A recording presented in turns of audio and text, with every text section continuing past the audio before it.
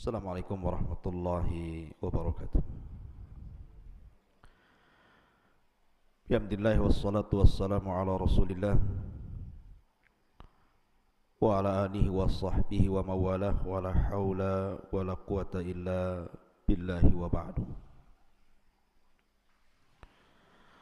Alhamdulillah di pagi hari ini kita bisa kembali duduk untuk thalabul ilmi.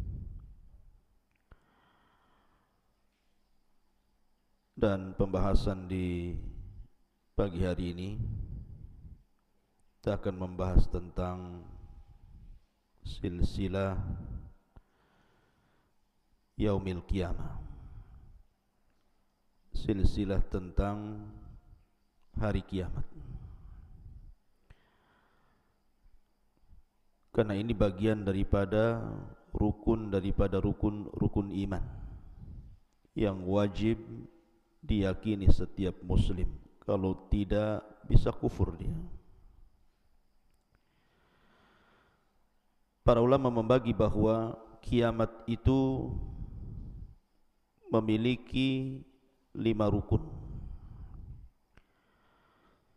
Siapa yang mengingkari satu di antara 5 rukun ini, maka dia telah kufur dengan Al-Quran dan Sunnah Rasul. Pertama, kematian. Nabi SAW bersabda, "Idza mata ahadukum faqad qamat qiyamatuhu." Kalau salah seorang di antara kalian meninggal dunia, maka tegaklah kiamat kepadanya. Dan itu disebut dengan kiamat kecil. Yang kedua, alam barzah, bahwa setelah kematian ada kehidupan yang disebut dengan alam barzah atau kita kenal dengan alam kubur. Kemudian yang ketiga, al-mahsyar, bahwa manusia akan dikumpulkan pada hari kiamat di sebuah tanah yang sangat datar, tidak meninggi, tidak merendah, tidak ada gunung dan tidak ada lembah, semua rata. Itulah disebut padang mahsyar. Kemudian yang nomor 4, al-hisab. Dan hisab ini menyangkut banyak hal. Ada timbangan amal, penyebaran catatan, dan begitu seterusnya. Dan yang terakhir disebut dengan al-jaza, balasan. Imma dia masuk surga atau masuk ke dalam neraka. Ini disebut arkan yaumil qiyamah namanya. Rukun-rukun yang wajib diimani tentang hari kiamat. Ma'asyiral muslimin yang dimuliakan Allah Subhanahu wa taala. Di dalam surah Al-Qari'ah Allah Subhanahu wa taala berfirman, al-qari'atu mal qari'ah wa ma adraka mal qari'ah. Kalimat qari'ah disebutkan oleh para ulama, di antara salah satu penafsirannya adalah suara yang menembus telinga-telinga dan juga hati manusia yang sangat menakutkan. Makanya al-qar'u itu dalam bahasa Arab mengetuk sebuah pintu dengan sangat keras, itu disebut al-qar'u. Atau orang yang sedang perang dengan pedang, kemudian terdengar suara hantaman pedang satu dengan yang lainnya, maka suara pedang itu disebut al-qar'u. Itu secara bahasa. Akan tetapi yang dimaksud al-qari'ah adalah suara yang keluar dari moncong trompet Israfil. Dan kita tahu bahwa sejak kapan Israfil itu meletakkan trompet di mulutnya? Para ulama menjelaskan sejak diutusnya Nabi SAW. Di situ Israfil mulai meletakkan moncong ujung trompet di mulutnya itu. Makanya Nabi SAW suatu hari dia malas untuk makan, malas untuk minum dan tidak bisa tidur. Sehingga kegelisahan Rasul ini ditanya oleh para sahabat Nabi SAW. Maka Nabi SAW mengatakan, bagaimana mungkin aku bisa merasakan nikmat hidup wa qad iltaqama Israfilu al-qarna. Dalam riwayat wa qad iltaqama sahibul qarni qarnan. Bagaimana mungkin aku bisa hidup tenang, kata Rasul, sementara Israfil sudah mulai meletakkan ujung moncong di mulutnya, siap meniup saja. Dan bahasa al-qarnu itu dalam bahasa kita itu tanduk. Jadi bentuk trompet itu seperti tanduk. Ma'asyiral muslimin yang dimuliakan Allah Azza wa Jalla. Lalu kapan trompet itu akan ditiup? Dan apa dampaknya? Tadi Imam subuh tadi membacakan satu ayat di permulaan bagus sekali. Allah Subhanahu wa taala mengatakan, yauma yunfakhu fis suri fasa'iqa man fis samawati wal ar illa man syaa Allah.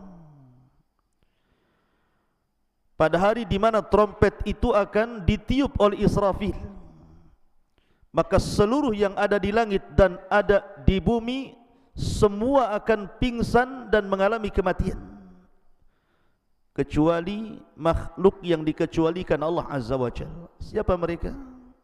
Jibril, Mikail, Israfil dan Malakul Maut. Jadi pada tiupan yang pertama, kata para ulama akidah, ketika Israfil mulai meniup sangkakala itu, maka ini disebut dengan tiupan kejutan dan kematian.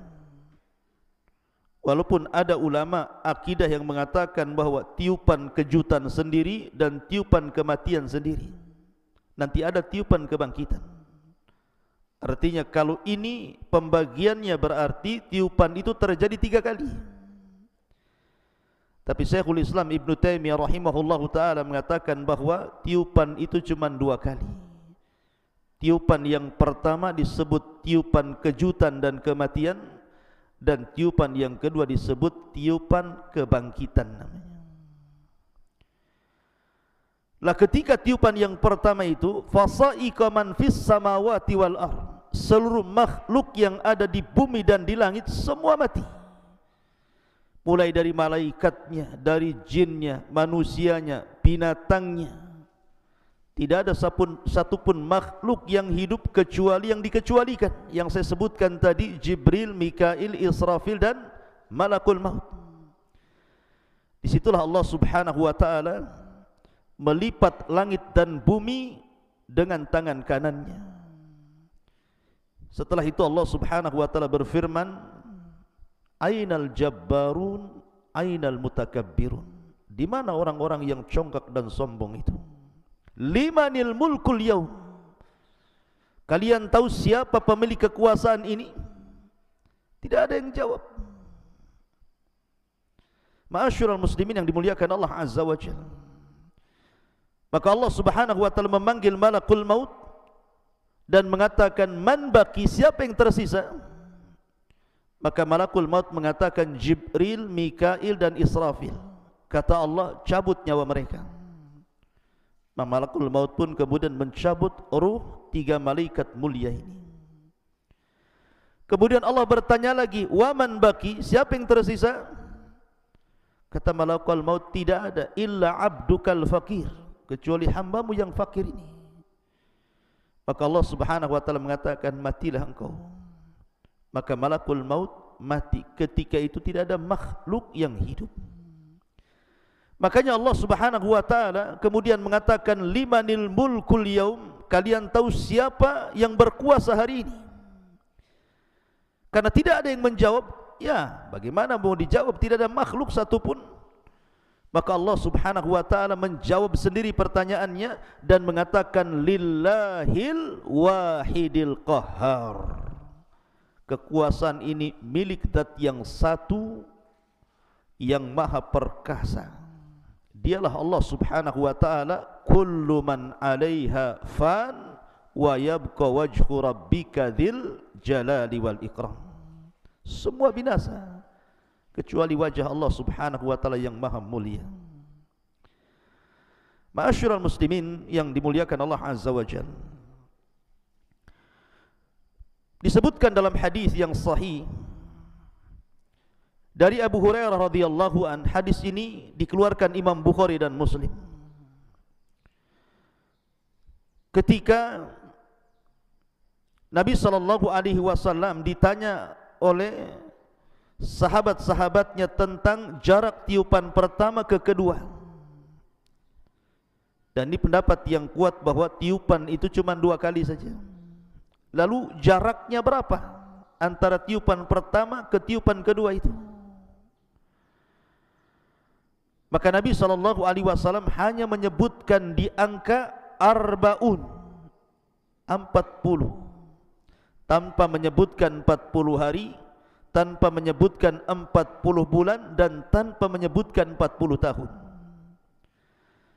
Makanya kemudian Abu Hurairah radhiyallahu anhu sebagai perawi hadis ini ditanya, "Ya Abu Hurairah, arba'una yauman?" Wahai Abu Hurairah, apakah yang dimaksud Rasul itu 40 hari? Abu Hurairah mengatakan, "Fa'abaitu," aku pun enggan menjawabnya. Kemudian ditanya lagi, "Arba'una syahran ya Abu Hurairah, apakah 40 bulan?" Maka Abu Hurairah mengatakan, "Fa'abaitu," aku pun enggan menjawabnya. Kemudian ditanya lagi, "Arba'una sanatan ya Abu Hurairah, apakah maksudnya 40 tahun?" Abu Hurairah mengatakan, "Fa'abaitu," aku pun enggan menjawabnya.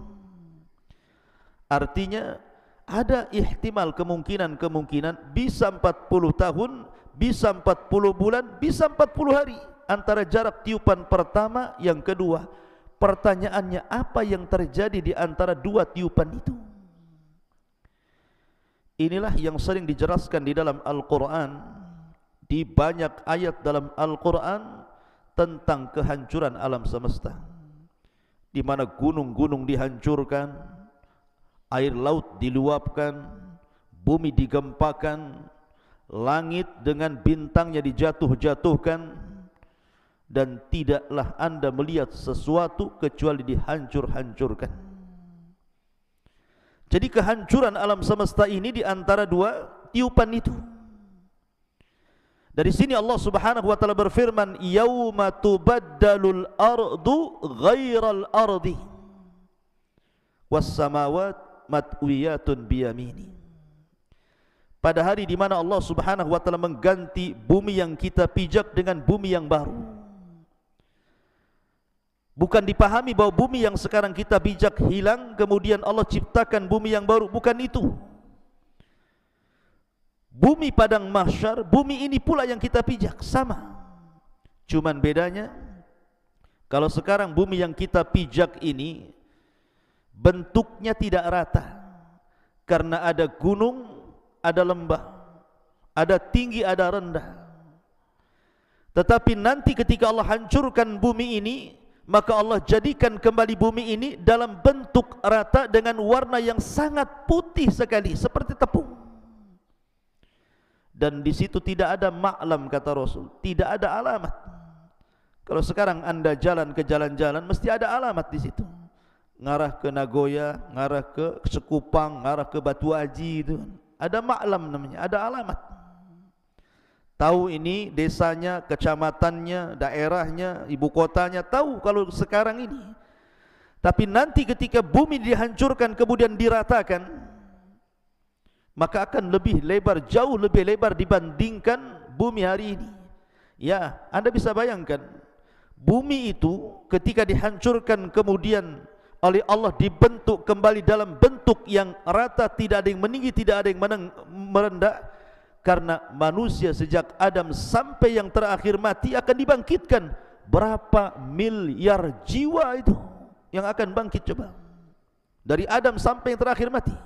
Siapa yang bisa mengkalkulasi berapa jumlahnya? Sehingga membutuhkan tempat yang lapang. Dan secara logika akal, kalau Anda melihat bola dalam bentuk bulat, itu nampaknya kurang lebar. Tapi kalau Anda kemudian menggunting bola itu kemudian meratakannya, maka nampak lebar, luas, sehingga mampu menampung banyak manusia. Ma'asyiral muslimin yang dimuliakan Allah Azza wa Jalla.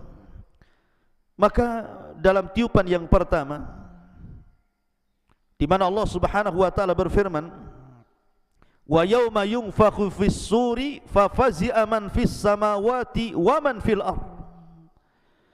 Dan pada hari ditiupkan sangkakala, maka terjadi kejutan yang hebat di antara makhluk langit dan makhluk bumi. Dan yang pertama mendengar adalah rajulun, seorang laki-laki yang yalutu ibilahu, yang sedang memberi minum untanya.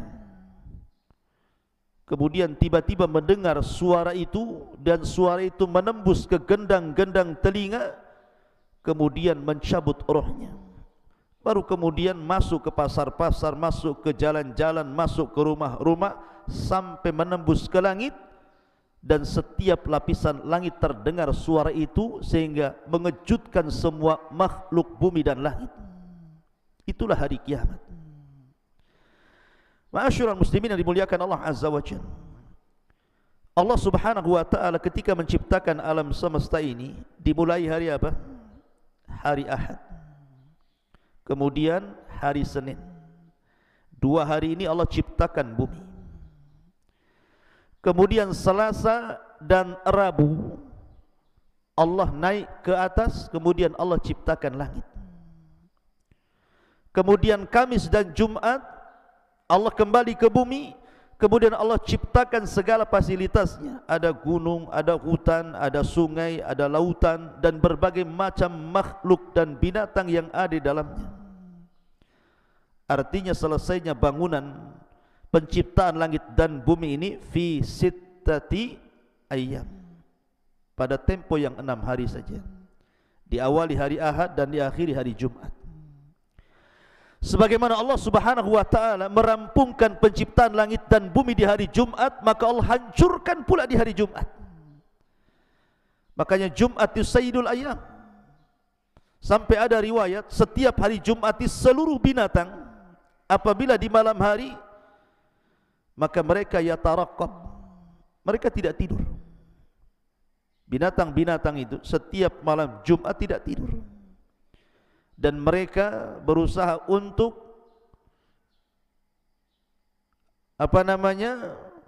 berusaha untuk mendengar telinga-telinga mereka, karena mereka tahu bahwa hari itu akan terjadi kiamat. Baru setelah kemudian datang fajar, kemudian subuh lewat, ternyata tidak terjadi kiamat, barulah kemudian mereka bahagia. Binatang saja itu sangat tahu akan terjadi kiamat. Maksudnya karena Nabi SAW tidak menyebutkan tanggalnya, tidak menyebutkan bulannya, tidak menyebutkan tahunnya, tapi Rasul menyebutkan harinya, hari Jumat. Makanya kenapa hari Jumat dalam Islam itu disebut Sayyidul Ayyam, pemimpinnya hari-hari. Kita disuruh banyak bersalawat, kita disuruh banyak beribadah, kita disuruh banyak melakukan ketaatan, bersedekah, dan begitu seterusnya.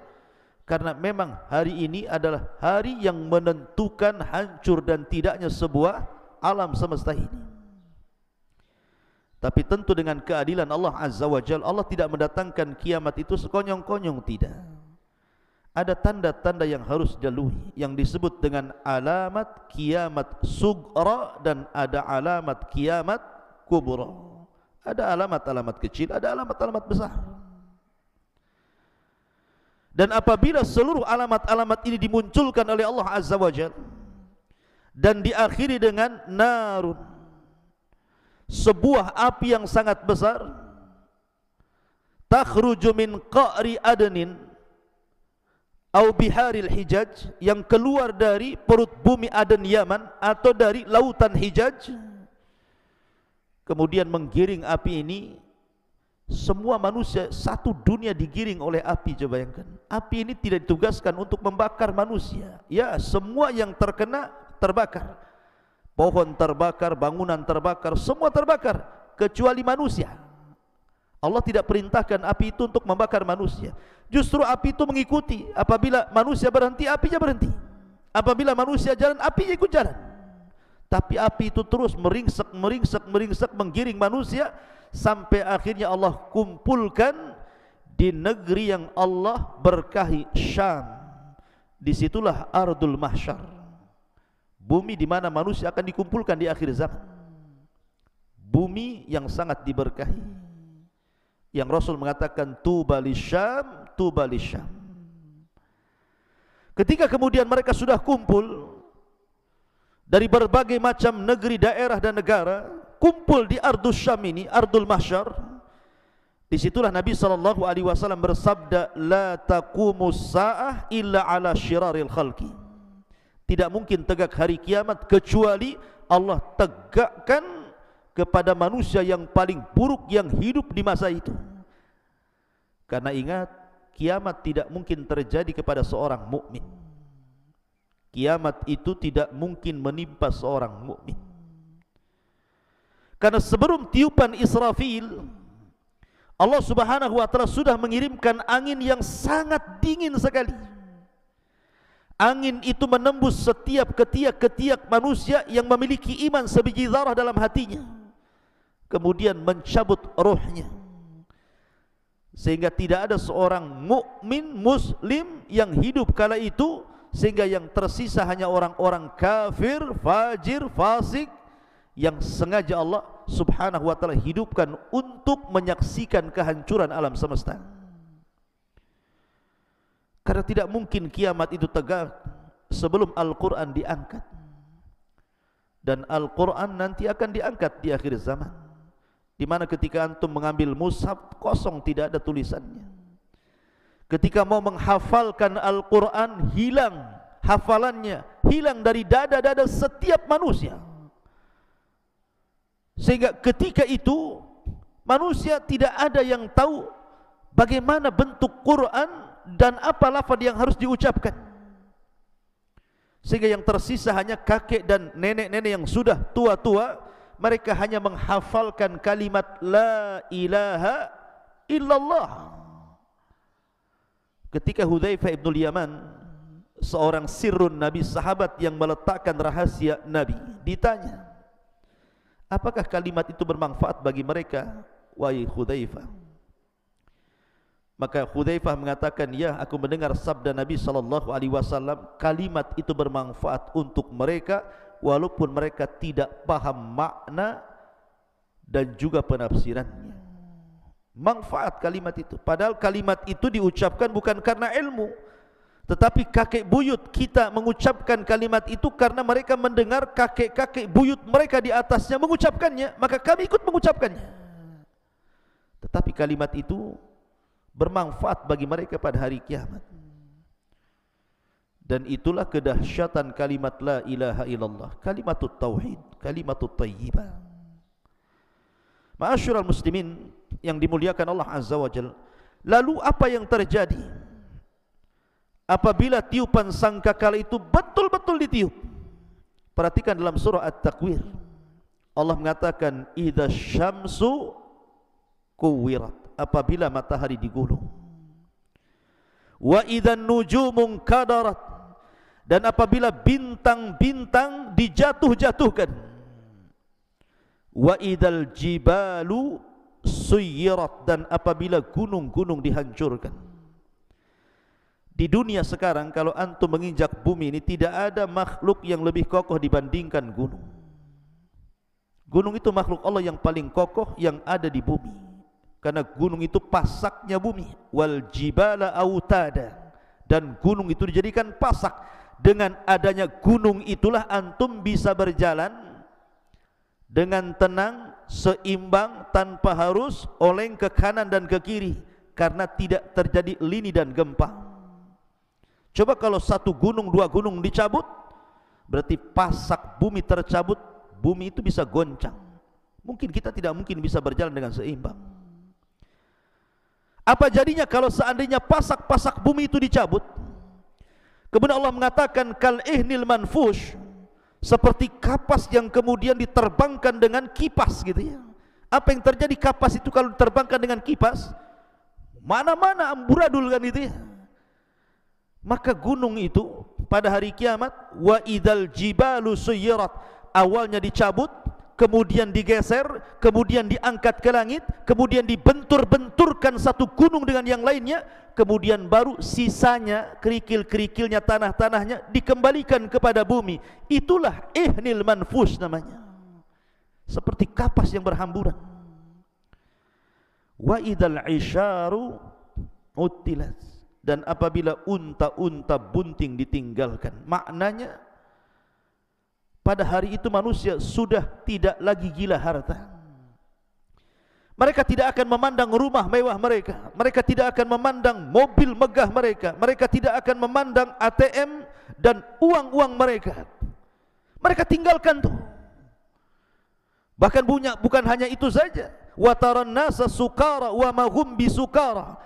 Kalau seandainya seseorang memiliki anak, tidak mungkin dipandang anaknya, tidak mungkin dipandang istrinya, tidak mungkin memandang ayah dan ibunya. Mereka akan lari sendiri-sendiri, karena pada hari itu Allah katakan sya'nun yughni, perkaranya berbeda. Orang memiliki kesibukan masing-masing, menyelamatkan masing-masing. Yauma yafirrul mar'u min akhi wa ummihi wa abi wa sahibatihi wa bani likulli imri'in minhum yauma idin sya'nun yughni. Sudah tidak bisa lagi orang ingin menyelamatkan masing-masing. Baru gempa saja orang sudah panik. Baru tsunami yang sebagian kecil lautan dimurkakan Allah saja, orang sudah luar biasa ketakutannya kan. Bagaimana kalau seandainya satu bumi digoncangkan, digempakan, semua lautan ditumpahkan, semua bintang dijatuh-jatuhkan? Apa yang terjadi dengan alam semesta ini? Terjadi kehancuran hebat, ikhwan. Allah mengatakan wa idzal wuhushu husyirat, dan apabila binatang-binatang liar dikumpulkan, tentu ini kelak pada hari kiamat ketika yaumul hisab. Wa idzal biharu sujjirat, dan apabila lautan dipanaskan. Wa idzan nufusu zuwizat, dan apabila ruh-ruh dipertemukan dengan tubuh. Maksudnya begini, ruh pada hari kiamat dihancurkan tidak? Tidak. Salah satu makhluk yang tidak akan dihancurkan pada hari kiamat saat tiupan sangkakala itu ada beberapa makhluk. Salah satunya ruh tidak akan dihancurkan, termasuk dhanabul insan, tulang ekor setiap manusia. Kayak antum-antum itu punya tulang ekor, itu tidak akan hancur, karena kita dibangkitkan dari tulang ekor itu. Kemudian al-jannatu wan nar, kemudian arash, kemudian kursi, dan begitu seterusnya. Ada berapa makhluk tidak dihancurkan Allah, salah satunya ruh. Pertanyaannya, kemana ruh itu ketika terjadi tiupan sangkakala itu? Maka ulama mengatakan, adapun ruhnya orang-orang yang beriman, maka melesat fil illiyin, di tempat yang paling tinggi. Adapun ruhnya orang-orang kafir, maka diletakkan di sijjin. Baru setelah tiupan yang kedua yang disebut dengan tiupan kebangkitan, Allah katakan wa idzan nufusu zuwijat, ketika dari tulang ekor manusia bangkit, kemudian di situ Allah lesatkan setiap ruh ke jasad-jasadnya tanpa tertukar sama sekali. Wa idzal mau'udatu su'ilat, dan apabila bayi-bayi perempuan yang dikubur hidup-hidup, bi ayyi dzambin kutilat, karena dosa yang dibunuh. Maksudnya kelak pada hari kiamat setelah tiupan yang kedua kalau ini. Termasuk wa idzas suhufu nusyirat, dan apabila lembaran-lembaran catatan telah dibuka lebar-lebar. Kemudian wa idzas samaa'u kusyitat, dan apabila langit dilenyapkan.